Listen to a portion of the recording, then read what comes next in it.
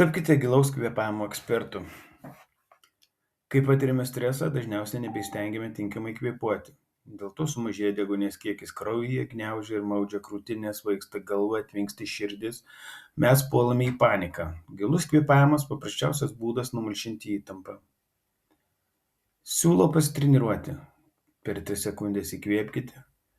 Pajuskite, kaip apatinė jūsų pilvo dalis išsipučia it balionas. 3 sekundėms sulaikykite kvėpavimą. Per 3 sekundės iškvėpkite. Pajusite, kaip apatinė pilvo dalis subliūkšta. Taip kvėpuokite 3 minutės, kol esate užsiėmęs kokiais nors niekais. Kuo ilgiau treniruositės, tuo lengviau bus pasinaudoti šią praktiką kilus įtampai. Gilus kvėpavimas – pigus apsisaugojimas nuo nelaimės. Jei norite įveikti gyvenimo nerimą, gyvenkite šią akimirką šiuo įkvėpimu. Amitas Reis.